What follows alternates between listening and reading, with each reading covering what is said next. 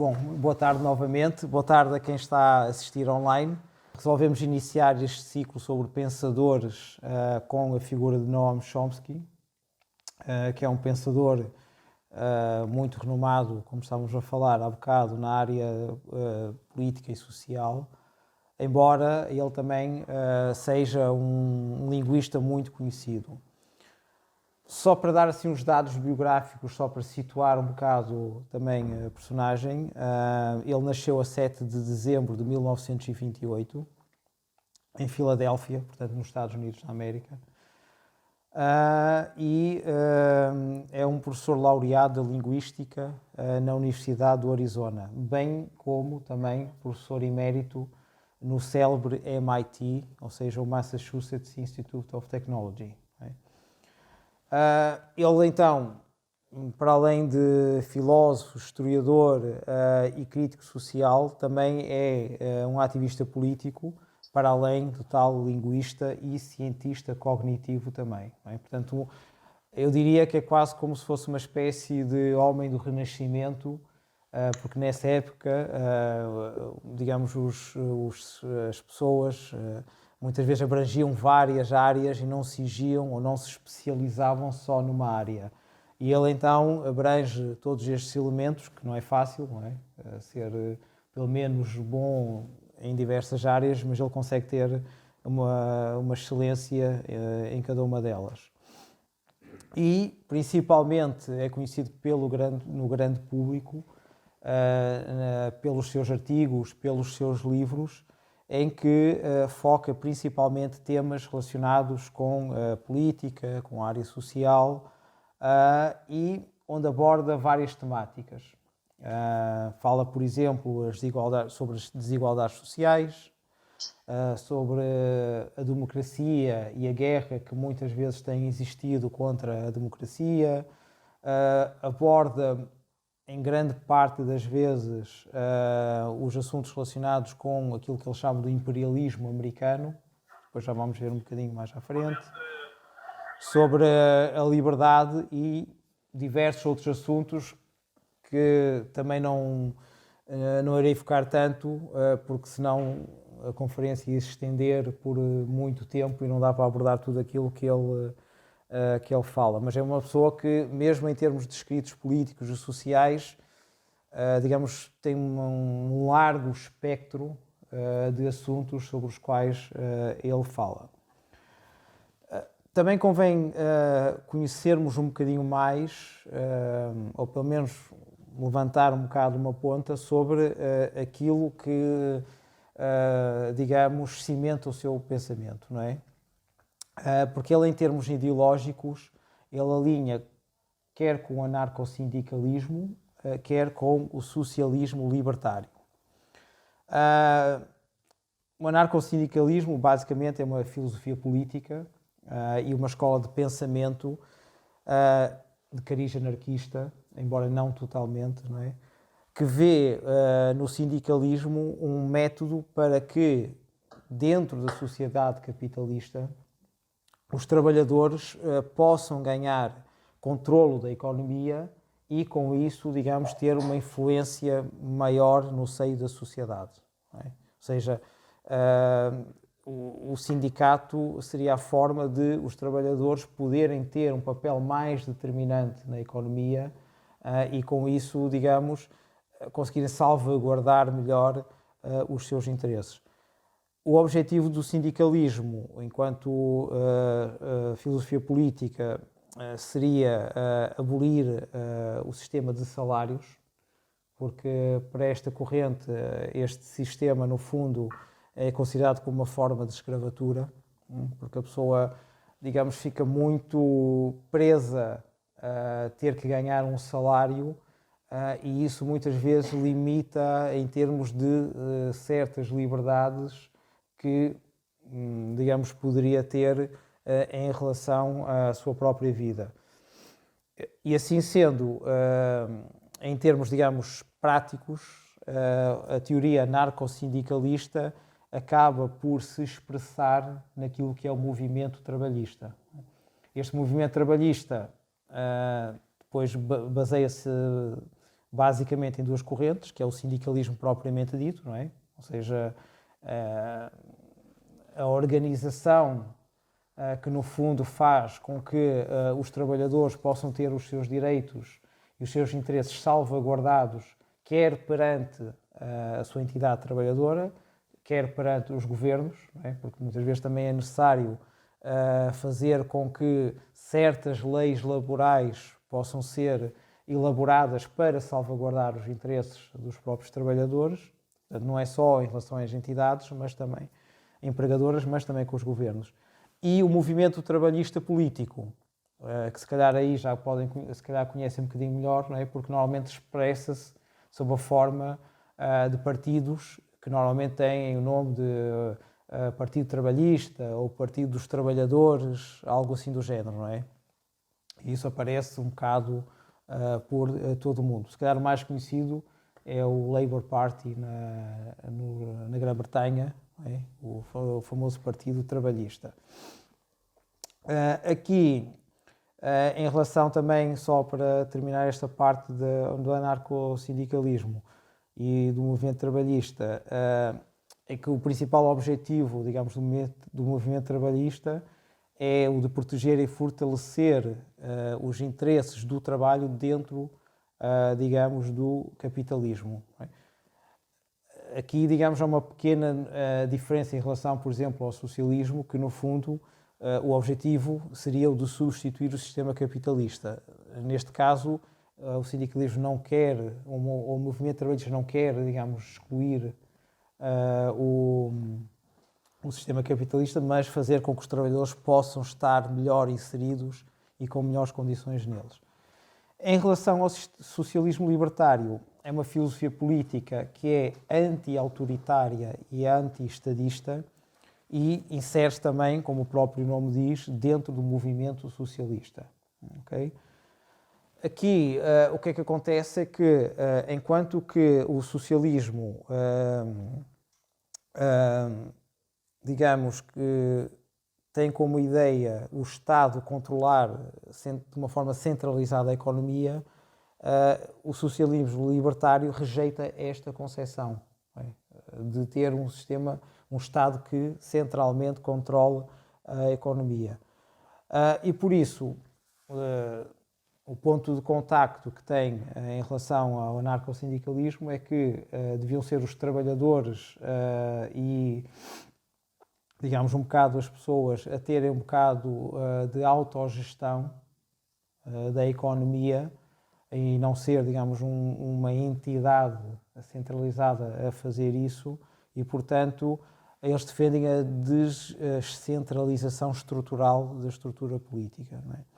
E para o socialismo libertário, uma sociedade fundamentada em liberdade e justiça só pode ser alcançada com a abolição das instituições autoritárias que, no fundo, acabam por controlar certos meios de produção e subordinam esses elementos a uma pequena elite. Não é? Ou seja, só uma pequena franja da sociedade é que vai ter o controle sobre a matéria-prima e sobre a riqueza que é gerada por isso.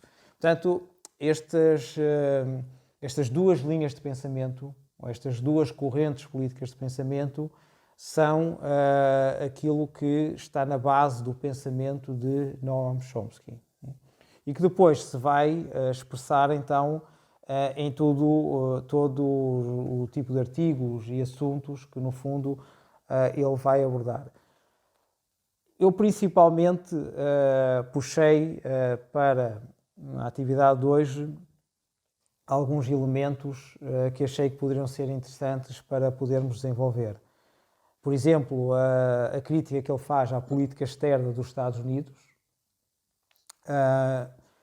a presença da mídia, do mainstream, o corrente principal dos mídia e a forma como as notícias são trabalhadas nesses mídia, a crítica que ele faz ao neoliberalismo e, em grandes casos, também ao Estado capitalista e também um dos temas que ele fala bastante, mas que não irei desenvolver assim tanto, que tem a ver com o conflito israelo-palestiniano, também é um dos assuntos que ele foca muito.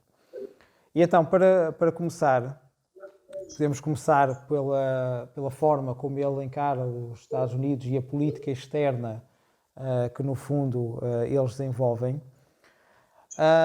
E ele refere que o princípio básico dessa política é o estabelecimento de sociedades abertas que são económica e politicamente controlados pelos Estados Unidos. Okay? Ou seja, não há uma invasão daquele país em termos militares, não é? Mas no fundo o que eles procuram promover é sociedades que no fundo sejam democráticas o suficiente para, bem, se calhar estou a dizer mal no sentido democrático, mas que sejam abertas para que o capital americano possa estar lá, possa entrar lá e possa, digamos, gerar a riqueza para os próprios Estados Unidos e não tanto para as populações globais. Eu não quis dizer democracia, porque mais à frente vamos ver um bocado disso, porque a democracia implicava que as pessoas tinham liberdade para fazer as suas próprias escolhas, não é? E, na realidade, o motivo apresentado é esse, em alguns casos, mas, na realidade, não é isso que acaba por acontecer. Até porque qualquer movimento que possa surgir nos países onde os Estados Unidos têm interesse em entrar enquanto o país que quer controlar os bens que existem, acaba por ser muitas vezes suprimido, não é? E em alguns casos de uma forma um bocado forte. Porque, no fundo, eles não têm interesse em proteger as necessidades mais básicas da população autóctone. Nos exemplos que eu vou referir, isso fica um bocado claro, porque o que interessa para eles é conseguir salvaguardar os seus próprios interesses enquanto país. Isso já vem muito da história, porque quando os Estados Unidos se tornaram independentes do Império Britânico, logo nos primeiros anos, aquilo que eles tiveram sempre noção é que tinham que ser autossuficientes. E à medida que o tempo foi passando, eles foram procurando formas de se manterem autossuficientes e não estarem dependentes de nenhum país para nada. Por isso é que ainda hoje eles querem garantir o acesso a tudo o que seja fontes de energia para que eles possam continuar com o seu desenvolvimento tecnológico e não verem, digamos, esse desenvolvimento truncado por falta de acesso a isso, não é? E para conseguir salvaguardar esse interesse, eles vão praticamente fazer tudo aquilo que puderem para conseguir isso. E, por exemplo, Noam Chomsky refere isso em muitos dos seus escritos, quem sofreu muito com as consequências desse imperialismo americano na década de 60 e 70 foram os países da América do Sul. Que não é um facto muito referido, ou se calhar não é assim tão conhecido e tão divulgado, mas que ele, nos seus vários escritos, quer artigos, quer livros, constantemente acaba por referir, porque os Estados Unidos, nessa altura, queriam, digamos, ter um domínio sobre a América do Sul, para conseguir, digamos, aceder a todo tipo de matéria-prima, não só a nível alimentar, mas também matéria-prima que ajudasse em termos energéticos e, aproveitando, digamos, o seu poderio económico e o seu poderio militar e o seu conhecimento também militar, expandiram a sua área de influência e conseguiram implementar lá aquilo que queriam. Esta postura, digamos, americana acabou por surgir um pouco após o Concílio do Vaticano II, que ocorreu entre 62 e 1965. Foi uma reunião convocada pelo Papa da altura, o Papa João XXIII, e que, no fundo, procurou debater diversos temas relacionados com a Igreja Católica. Mas aqui o importante é que um dos pontos que saiu desse concílio foi o de a Igreja ter um papel mais determinante no seio da sociedade, de conseguir intervir mais na sociedade, principalmente a nível de problemas sociais e a nível de problemas económicos. Isso queria dizer que os vários missionários, padres ou leigos que colaborassem com a Igreja Católica deveriam estar mais disponíveis para ajudar socialmente os mais desfavorecidos e para, de certo modo, na medida que conseguissem, ampará-los nessas situações de alguma dificuldade. Isso teve uma repercussão muito grande na América do Sul, porque mais ou menos todos sabemos que essa área durante muito tempo foi bastante desfavorecida e já era uma área que, de certo modo, já estava sob alguma influência norte-americana e então o que é que aconteceu é que os missionários, os padres, avançaram para a sociedade, não é? Procuraram alertar para o facto de existir muita miséria, de existir muita fome, de existir desigualdade social, de existir uma elite que enriquecia à custa dos mais desfavorecidos, mas que os interesses da população não era salvaguardada de maneira nenhuma. E isso foi dando algum conforto ao povo e também foi fazendo com que eles tivessem uma certa capacidade de reagir perante essa adversidade.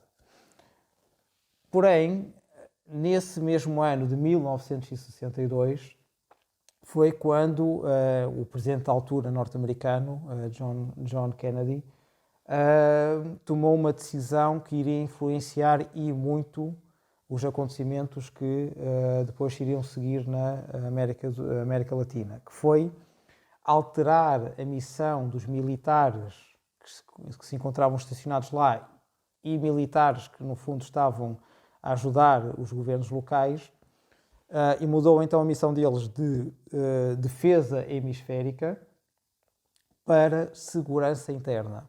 Isto quer dizer o quê? Quer dizer que os militares posicionados lá, quando estão em estado de defesa hemisférica, no fundo, estão a proteger-se perante ameaças externas. Não é?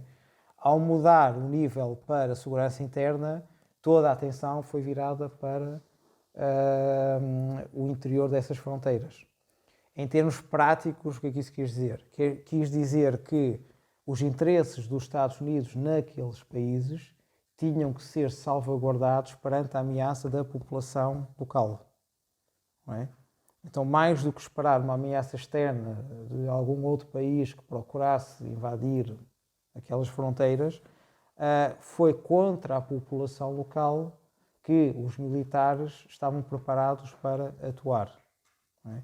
E isso fez toda a diferença, porque ao mesmo tempo que a Igreja Católica promovia a ação das pessoas, para elas, no fundo, também defenderem os seus interesses e os próprios missionários, digamos, estarem com eles para, no fundo, chamar a atenção para essas desigualdades, os militares estavam preparados para agir perante qualquer tipo de agitação que surgisse e que pudesse ameaçar os interesses norte-americanos. Não é?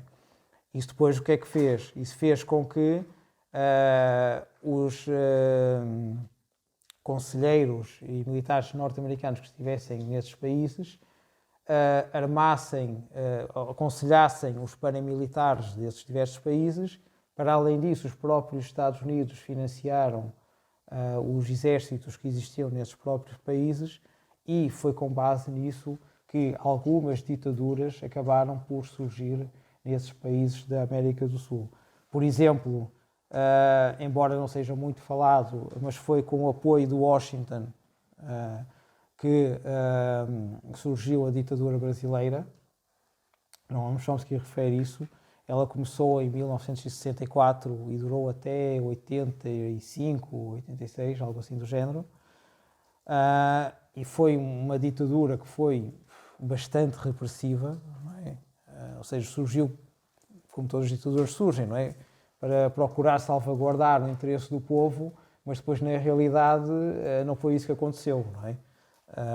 O povo foi reprimido e todos aqueles que fossem contra esse sistema que estava a ser instaurado, basicamente, ou desapareciam misteriosamente ou eram encarcerados e não tinham os seus direitos salvaguardados minimamente. Mais tarde, por exemplo, houve o golpe de Estado no Chile, em 1973, quando o governo eleito democraticamente, que era o governo de Salvador Allende, foi derrubado por um golpe militar que colocou Augusto Pinochet no poder e que foi apoiado pelo exército norte-americano. E foi uma ditadura também muito feroz e que durou bastante tempo e que causou imensas mortes e imensos desaparecidos, mas que, no entanto, foi uma ditadura que foi muito apreciada, quer por norte-americanos, quer por britânicos, não é? Porque até os políticos britânicos tinham uma boa relação com Augusto Pinochet. Um par de anos mais tarde, em 1976, a ditadura argentina também, que teve um período mais curto, durou até 83, mais ou menos, mas que também foi uma ditadura que foi, e talvez das mais repressivas que existiu na América do Sul, e que, apesar do seu período curto, foi muito intensa, que também teve o apoio de Washington e, segundo Noam Chomsky refere, até era um dos estados ou um dos sistemas políticos que era um dos mais favoritos de Ronald Reagan, que era o presidente da altura, e que ele dava-se muito bem com os governantes da Argentina. E todas estas ditaduras causaram um imenso mal-estar no seio da população, com as suas prisões arbitrárias, com o facto de não haver qualquer tipo de julgamento das pessoas que eram presas, o não permitir qualquer tipo de liberdade de expressão, o facto das pessoas muitas vezes desaparecerem sem deixar rastro. Não sei se repararam neste último ano e meio, mas na Argentina tem havido muito um movimento de mães para procurar saber notícias dos filhos que desapareceram há mais de 20 e tal anos e das quais eles nem sequer têm notícias, não sabem o que é que aconteceu, se morreram, se estão presos, se foram deportados ou o que quer que seja, não é? E, portanto, tudo isto, digamos, são elementos que foram acontecendo na América Latina, mas que tiveram interesses norte-americanos por detrás desses acontecimentos, não é? Até porque uma ditadura acaba por ser uma forma eficaz de alguém conseguir ganhar controle sobre os bens de uma nação, não é? Porque se eu tiver uma nação livre e quiser aceder àqueles bens, eu tenho que respeitar toda uma série de elementos e que estão legislados, não é? É preciso ter trabalhadores que extraiam esses bens, mas que tenham um salário condigno, é necessário pagar impostos sobre isso e por aí fora, não é? Todos esses elementos. Isso faz com que essas comodidades tenham um custo X, não é? Se eu tiver uma ditadura lá, no fundo, o que é que eu preciso salvaguardar são os interesses dessa ditadura, é? Do governante e dessa pequena elite que está em seu redor, e que poderá ser não só a nível económico, mas também a nível de poder, é? De perpetuar-se, digamos, no poder, e não tenho necessidade de salvaguardar os interesses da grande maioria das pessoas que vai estar a trabalhar para, no fundo, retirar essas comodidades e fazer com que elas estejam disponíveis para o outro país, não é? Então as pessoas podem estar a trabalhar sem basicamente salário nenhum, somente para ganhar, para comer, para sobreviver.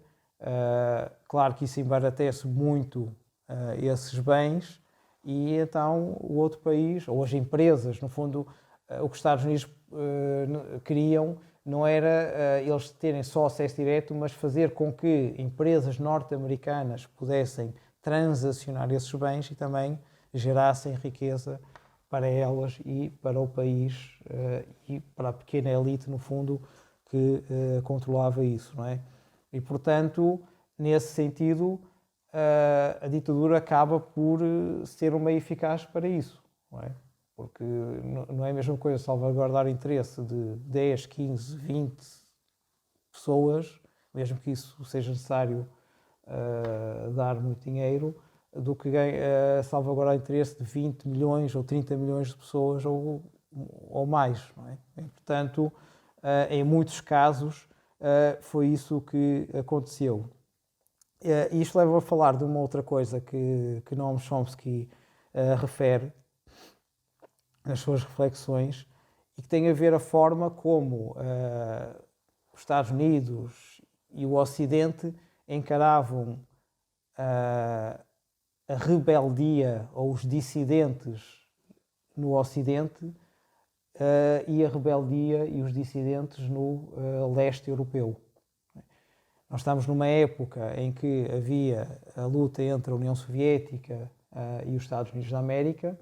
Essa luta não era só por controle político, mas também era em termos de influência psicológica e mental, não é? Ou seja, procurar influenciar o maior número de pessoas e de países para que esses pudessem estar dentro da sua esfera política e ideológica. E, por exemplo, nas décadas 60 e 70, principalmente, embora também na década de 80 também, eram muito elogiados todos os dissidentes que viessem do Bloco de Leste. Ou seja, qualquer pessoa que se rebelasse contra a União Soviética, contra os ditadores dos países que estavam dentro da influência da União Soviética, eram muito elogiados, não é? Eram chamados de heróis, eram elogiados pela sua coragem em conseguir enfrentar o comunismo e de estarem preparados para enfrentar a morte, o sofrimento e o que fosse. Não é? No entanto, essa mesma postura não era tida para com aqueles que na América do Sul se rebelavam contra o facto de os norte-americanos estarem lá e estarem a sugar a sua economia. Não é? E, portanto, aí nós chama a atenção para essa dualidade de critérios que, se calhar, grande parte das vezes podemos nem sequer ter consciência, não é?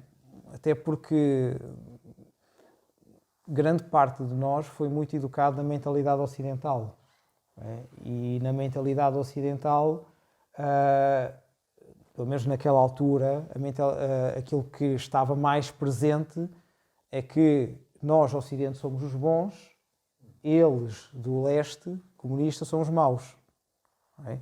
E então tudo aquilo que viesse de para além do Muro de Berlim era tudo mau, nem queríamos saber se havia algum tipo de pensamento ou de pessoa que fosse boa, não é? A não ser que fosse esses tais dissidentes, não é? Isso depois era promovido através da literatura, através dos filmes e por aí fora.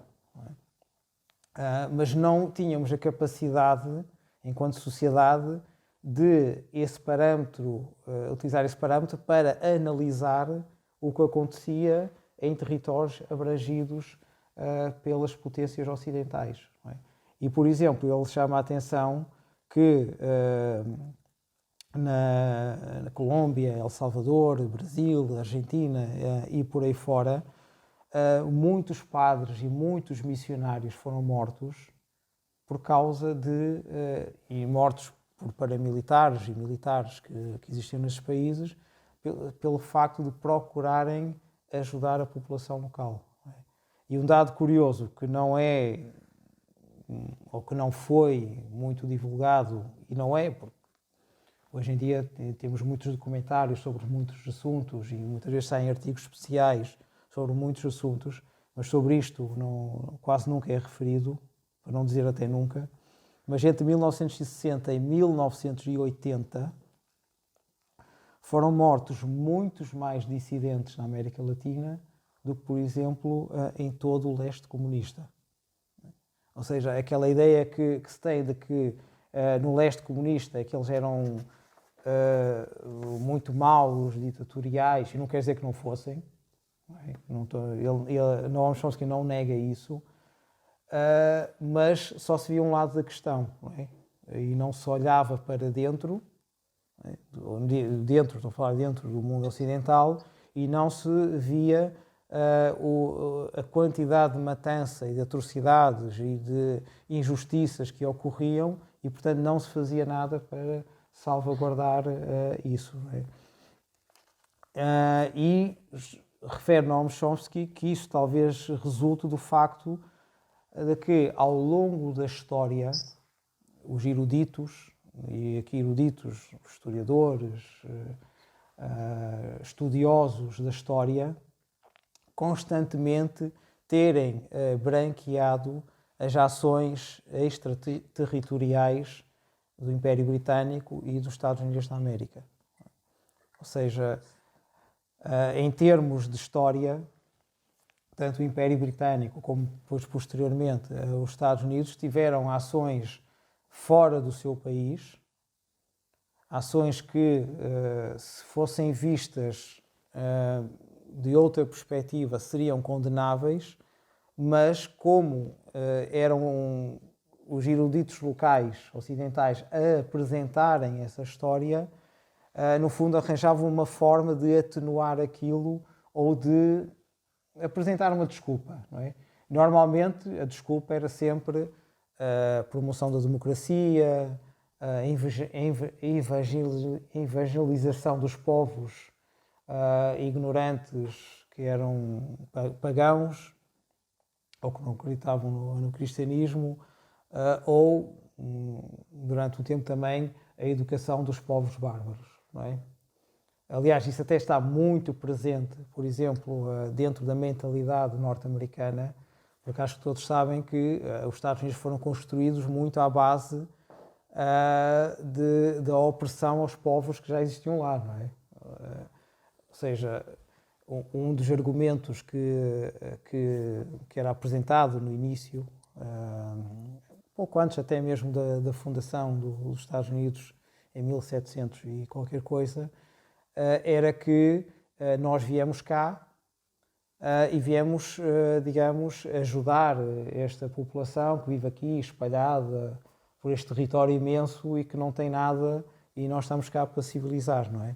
E até é curioso porque quando os Estados Unidos já foram fundados, existe uma imagem que é o Grande Selo, em que aparece um índio com um pergaminho a sair da sua boca e que está lá escrito: venham ajudar-nos.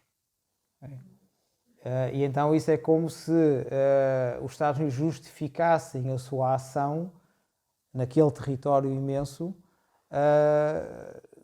dizendo que, bem, os próprios índios querem a nossa ajuda, não é? Então nós viemos aqui, claro que eles o que fizeram foi arrasar tudo aquilo, não é? E eliminar aquele modo de vida que existia lá. Acho que todos sabem que os índios vivem em reservas, não é? Então, não têm assim muita liberdade e muito espaço para expressar a sua cultura, e pronto, implantaram-se lá e criaram esta sociedade que existe. Mas isso, essa mentalidade, digamos, extravasou também as fronteiras, não é? Não foi só em território, digamos, que é atual norte-americano que isso aconteceu.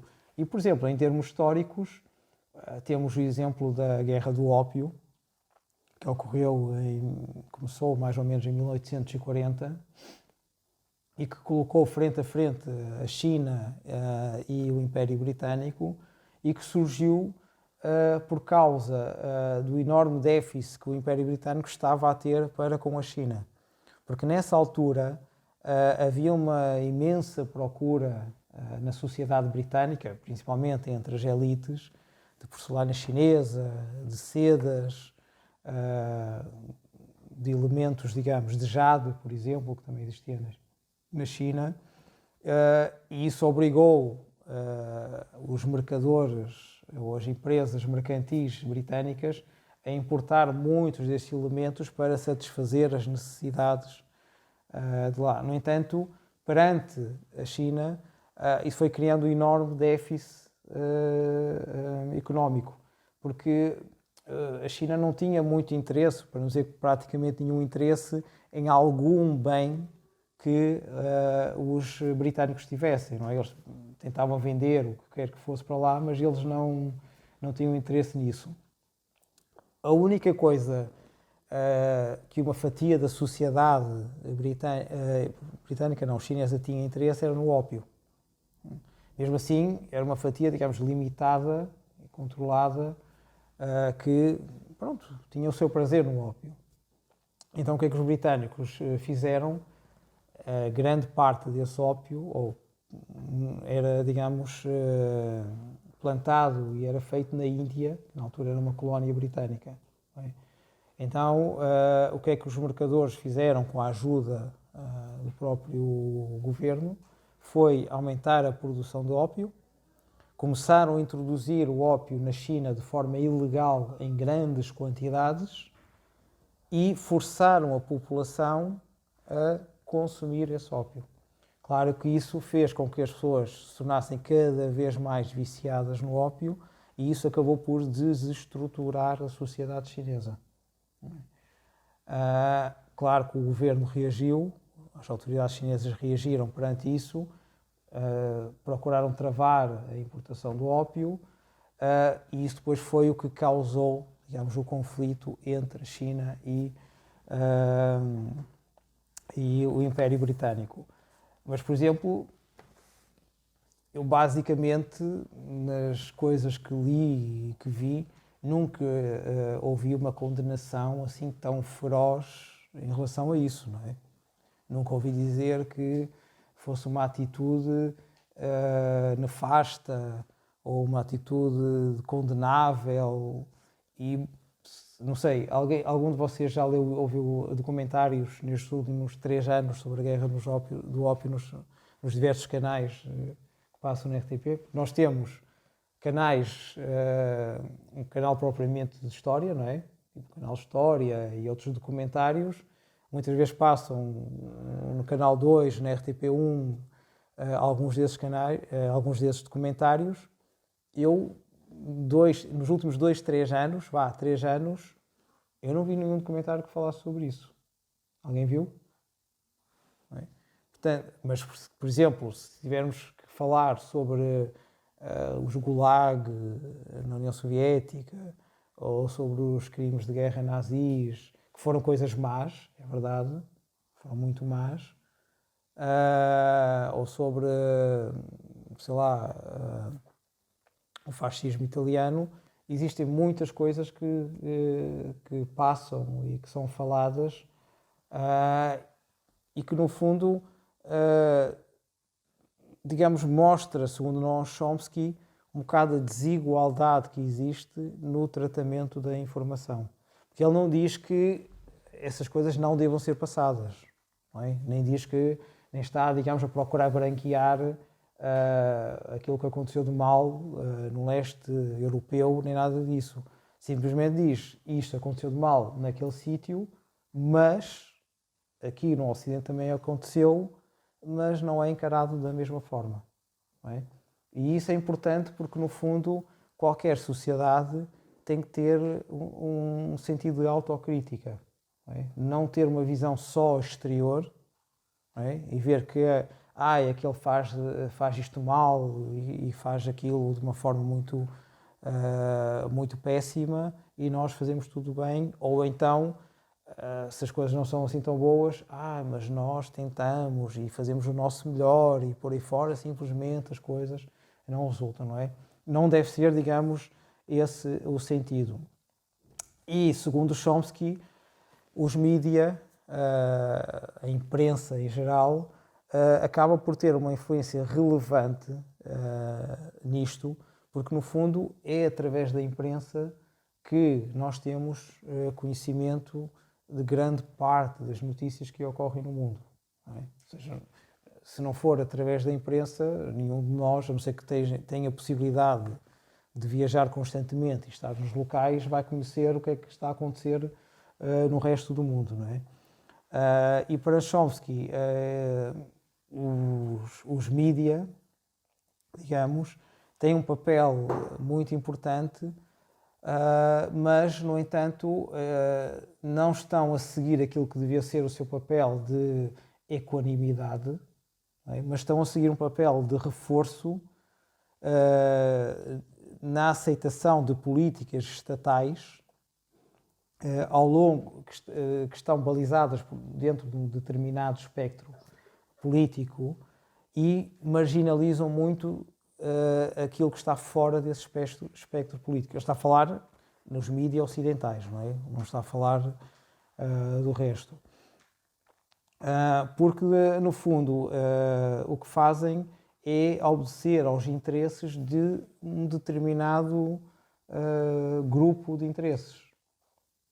E se esse determinado grupo de interesses tem necessidade de estabelecer um determinado parâmetro de pensamento e um determinado parâmetro de forma de estar das pessoas, então as notícias veiculadas devem estar dentro desse espectro.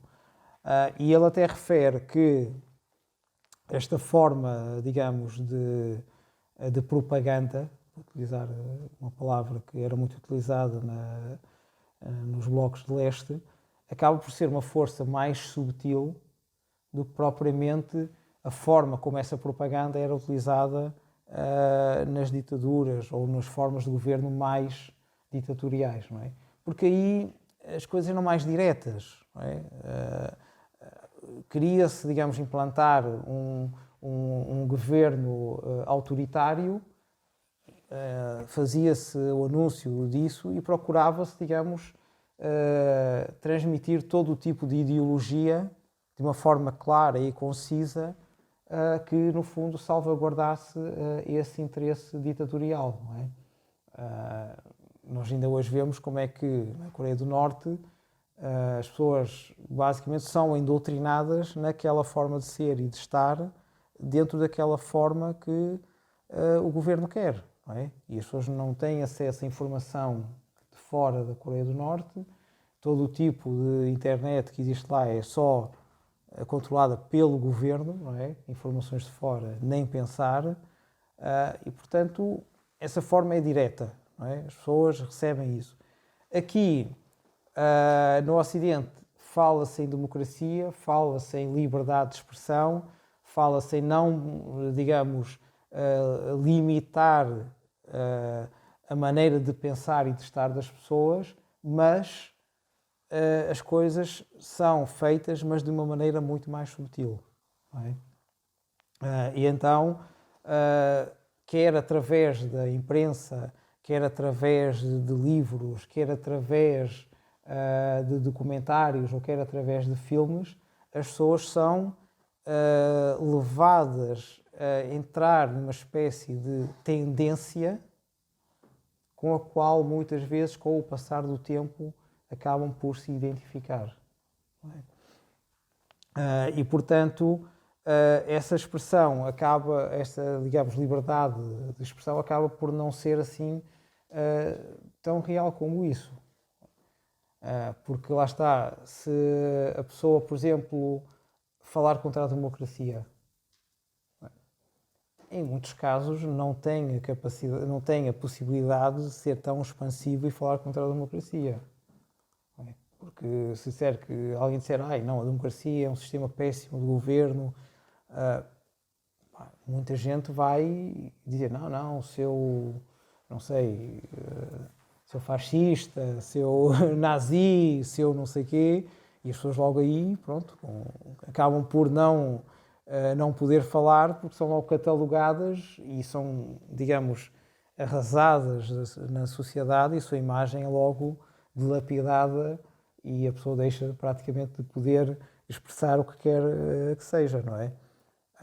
Portanto, não há um espaço de debate assim tão livre para as pessoas poderem expressar as suas ideias. E o facto de os mídias, por exemplo, divulgarem um certo conteúdo, ajuda, digamos, a formatar as pessoas para isso. Sei lá, o exemplo mais claro talvez seja a Segunda Guerra do Golfo, que aconteceu mais recentemente, e qual foi a desculpa? Não é? O Iraque está a produzir armas de destruição maciça, e isso é um perigo para o mundo. E aqui é curioso, porque eu contava a ler um dos livros dele. Ele faz a distinção entre aquilo que é o mundo para os Estados Unidos e aquilo que é o mundo real. Porque quando eles dizem que o mundo está ameaçado pelo Iraque, não é bem o mundo, basicamente são eles, não é? Porque o mundo também engloba a Índia, a China, o Japão, o Brasil, sei lá, o Congo, a África do Sul, e que eu saiba, nenhum desses queixou do facto do Iraque ter armas de destruição maciça, não é? Mas pronto, passando isso, ele então, a desculpa apresentada foi essa, não é? Isso foi veiculado por todos os mídias, não houve praticamente nenhum mídia que pusesse em causa aquilo e que dissesse, bem, vamos lá investigar se realmente pode ter havido uns poucos a fazer isso, mas grande parte não fazia. E então avançou-se para a guerra de uma forma justificada e com quase toda a opinião pública, ou a maioria da opinião pública ocidental a favor daquilo. Não é? Aconteceu a guerra e armas de destruição maciça ainda hoje estamos para ver onde é que elas estão. Não é? Mas eu não sei. Nem vi prova alguma sequer disso. Mas lá está. Quem é que manda nos mídias, não é? É interessante saber. E a quem é que obedecem a esses que mandam nos mídias. E, portanto, para haver, digamos, um verdadeiro conhecimento das coisas, a própria imprensa tem que ter a capacidade de analisar corretamente as coisas. Não é? Por exemplo, um dado que ele apresenta, o Noam Chomsky, num dos seus livros, é que na América Latina, por exemplo, a taxa de aceitação em relação à Guerra do Golfo variou de entre 2% no México e 16% no Panamá. Mesmo assim, esta aceitação estava condicionada ao facto de se conseguir identificar os suspeitos e também condicionado ao facto de, se houvesse guerra, não devia haver alvos civis. Ou seja, se esses aspectos não fossem salvaguardados, a taxa de aceitação ainda seria menor. Mas, para aquilo que os Estados chamaram o mundo, esta estatística não foi divulgada. Porque para eles o mundo eram eles e só eles é que representavam aquilo que era o interesse desse mundo. No entanto, esta imprensa, digamos, acaba por não escrutinar tanto as coisas e, portanto, é a mesma imprensa que, no fundo, omite algo que, basicamente, também não é muito referido, que é os assassinatos seletivos que se têm feito nos últimos 20 anos de cientistas nucleares iranianos. Aqui estamos a falar não de militares, mas de cientistas.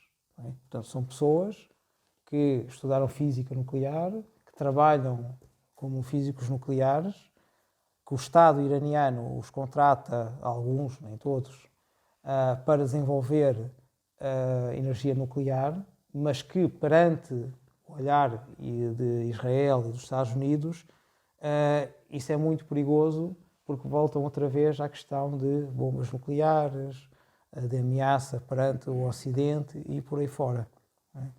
E, portanto, aqui eles não estão sequer a atacar militares, estão a matar civis só pelo facto de estarem a trabalhar para o governo e estarem a desenvolver energia nuclear, terem conhecimentos nucleares. Não é? Esses assassinatos seletivos nem sequer são feitos, aliás, nem sequer são feitos, não são feitos em solo americano, não é? Ou são feitos no Irão, ou são feitos em outros países, e portanto o que também demonstra, segundo ele, a forma arbitrária com que os Estados Unidos age, em consonância muitas vezes com Israel, ou mesmo com uma ajuda, digamos, mais subtil dos britânicos, em outros solos, sem qualquer tipo de autorização que seja concedida. Não é? Um outro exemplo que ele dá também tem a ver com atentados que os próprios Estados Unidos ajudaram a organizar. E o exemplo que eu trouxe foi de um carro-bomba que explodiu em Beirute, no Líbano. Isso foi em meados dos anos 80, espero não errar nisso, e cujo alvo era um clérigo xiita, e então, que supostamente liderava um grupo terrorista. Isso lá está, era aquilo que eles diziam. E então esse carro foi colocado diante de uma mesquita, numa sexta-feira, que esse era o dia da oração para os islâmicos, e a ideia era, quando esse líder estivesse a sair, então esse carro era detonado. Esse carro realmente foi detonado, e nessa explosão, e aqui Chomsky vai citar uma repórter do Washington Post, Nora Bostani, que fez uma reportagem em Beirute 3 anos depois do atentado.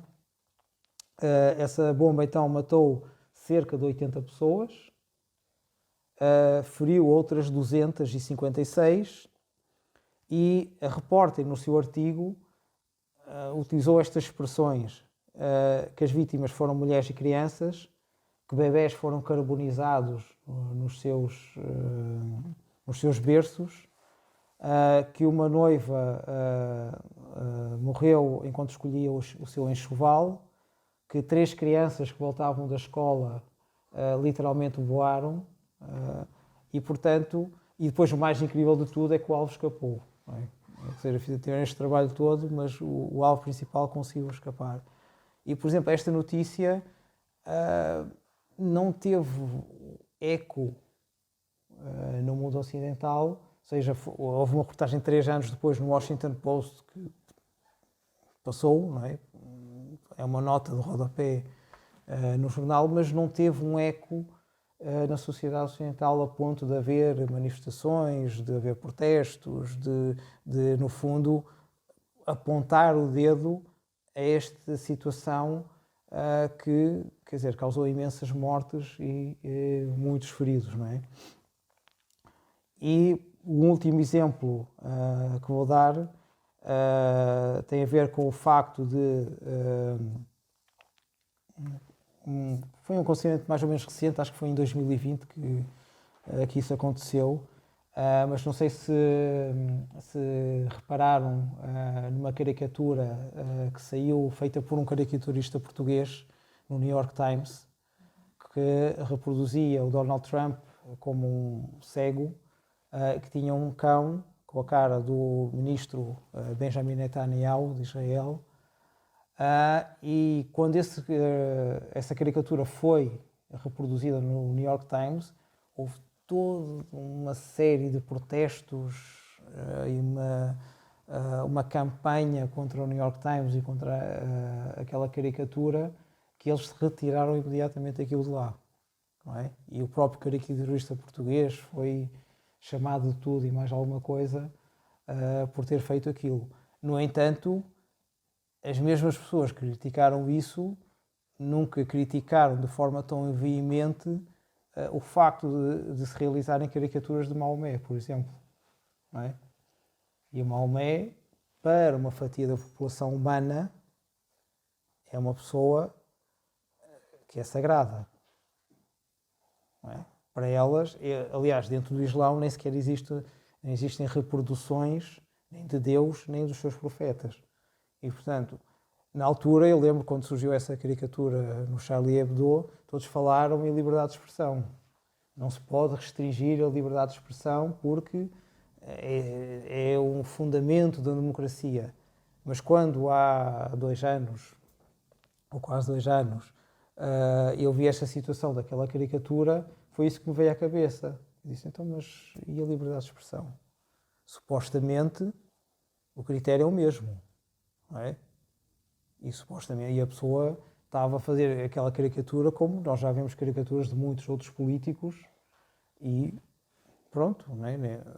Acontece, faz parte da sociedade democrática, mas aí já não pode ser, não é?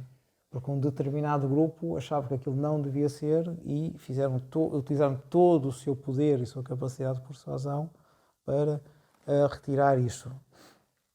E aqui, digamos que acho que há que crescer um bocado em termos de mídia, não é? E de imprensa. Não é? Fazer com que, de certa forma, o jornalismo tenha uma capacidade de ser mais neutro nesse sentido. Não é? E de fazer com que, de certo modo, possa digamos, fazer com que não se crie uma espécie de escravatura mental. Aliás, ele até aconselha as pessoas a não verem muito televisão, porque ele próprio diz que a televisão emborrece muito. É a palavra que ele utiliza. Porque a pessoa está a ver aquilo e está sempre a ver o mesmo tipo de notícias ou programas padronizados e essa padronização também nos formata mentalmente. Não é? Então ele diz que é preferível não ver aquilo. Não é? Vejam outras coisas. E de certo modo isto faz lembrar um bocado a mim o mito da caverna de Platão. Ou seja, um mito que já tem mais de 2000 anos. E só para recordar, para quem não estiver assim com este mito tão presente, Platão o que é que nos fala? Fala-nos de uma caverna onde estão pessoas acorrentadas que só conseguem ver uma parede à sua frente. Por trás destas pessoas tem um fogo, esse fogo emite uma luz e à frente dessa luz há pessoas que passam, as pessoas livres, não é? Não aquelas que estão escravizadas. E ao passarem projetam sombras na parede à frente dos prisioneiros. Não é? No fundo, elas só conhecem aquela realidade, só conhecem aquela caverna, só conhecem aquelas sombras, só conhecem aquela luz flamejante. Não é? E, de certo modo, esta escravatura mental que existe, ou que se procura criar, no fundo é uma espécie de caverna. É uma caverna onde nós estamos metidos, a nível psicológico, e onde só vemos as sombras que uma determinada elite quer que nós vejamos, é? E que estejamos condicionados por isso. É? Em que só vejamos que a vida, por exemplo, é trabalho, casa e pouco mais. É? Em que tenhamos que viver uma vida ou que acreditemos que a vida tenha que ter posses materiais. Não é? Que eu só seja uma pessoa de verdade se tiver estatuto, em que tenho que estar a trabalhar constantemente para conseguir manter esse estatuto e esse nível económico. E portanto, isto são tudo elementos que nos metem dentro de determinados parâmetros e as pessoas muitas vezes têm dificuldade em ver coisas fora desses parâmetros. Não é? E então, nesse sentido, o que é necessário, no fundo, e ele próprio também refere isso, é desenvolver nas pessoas a capacidade de pensar. Aliás, numa das entrevistas que lhe fizeram, ele disse que, o entrevistador disse que uma vez viu lá em casa dele uma pilha de livros enorme e que perguntava a ele como é que ele tinha tempo para ler aquilo tudo. Ele disse, eu ter tempo não tenho assim tanto. Aqueles livros são livros até que são de consulta para os trabalhos que eu estou a fazer, porque ainda tenho uma biblioteca muito maior de livros que eu normalmente nem leio. Mas o mais importante nisso, que ele referiu, foi porque para mim a leitura não deve ser só correr as páginas. A leitura deve ser ler e assimilar aquilo que está lá. Ler e refletir sobre aquilo que está lá. Tanto que ele diz que gosta de ter o livro para depois poder anotar. Ele não é muito fã de iPads e Kindles e tal, porque ele diz que precisa de anotar coisas. Porque no fundo está a pôr uma reflexão dele em relação àquilo que está a ser apresentado. E isso é uma forma de obrigar as pessoas a pensar nas coisas. A não aceitar aquilo que lhes é transmitido só porque sim. Só porque o governo diz, só porque a sociedade diz, só porque a imprensa diz. Há que conseguir perceber as nuances, não é? E enquadrar dentro daquilo que é a minha linha de pensamento. Que pode estar certa, que pode estar errada, numa determinada fase não é assim tão importante, não é? Mas que pelo menos tenhamos noção de porque é que aceitamos aquilo e porque é que queremos seguir aquela forma ou aquela linha de pensamento. Não é? E isso dele depois já que estimular então o raciocínio, a capacidade de questionamento, a memória, a imaginação, a memória, porque no fundo, se não tivermos memória, vamos estar sempre a reproduzir os mesmos erros. É? E uma das coisas que nós podemos ver ao longo da história, e vamos só cingir-nos aos últimos 70 ou 100 anos, muitos conflitos bélicos são gerados porque não existe essa memória histórica. Não é? E porque não se recorda do que é que originou esses conflitos no passado. Então volta-se novamente a isso. E a imaginação, porque no fundo, como estamos muito padronizados, só pensamos dentro de uma determinada caixa e não conseguimos sair fora dessa caixa e pensar em soluções diferentes. Não é? É pensar e abordar as questões de uma forma diferente. E estas são ferramentas, no fundo, que nos podem ajudar a discernir aquilo que é falso daquilo que é verdadeiro, aquilo que é útil daquilo que é inútil, aquilo que é profundo daquilo que é superficial. Não é? E com elas, digamos, com o desenvolvimento destas capacidades, aquilo que surge, no fundo, é um esbater das paredes dessa caverna, não é? Dessas limitações que a caverna impõe, e isso só nos vai tornar seres humanos mais livres, não é? Com uma maior capacidade de análise, com uma melhor capacidade para escolher e fazemos essas escolhas fundamentados na realidade que existe fora da caverna e não fundamentados as nossas escolhas naquilo que nos é apresentado. Não é? E isso é uma faceta muito importante. E, portanto, eu diria que ao longo de mais de 30 anos, Noam Chomsky tem sido um lutador incansável contra aqueles que, no fundo, querem modelar e escravizar a mente humana e continua ainda a alertar, não é? Porque ele ainda continua a fazer as suas palestras e a realizar os seus escritos, continua a alertar para os diversos acontecimentos que ocorrem ao nosso redor e obriga-nos, digamos, a refletir sobre eles. Ele, digamos, faz o trabalho dele. Não é? Cabe depois a nós fazermos o nosso trabalho, que é com esses elementos termos a capacidade de, digamos, plantar essa semente e fertilizar essa semente com as nossas reflexões. E depois, o que germinar daí, logo veremos, não é? Mas pelo menos termos a capacidade de... não é só a capacidade, é a vontade e realizar o esforço para, no fundo, cultivar essa semente e esperar que o que germina disso.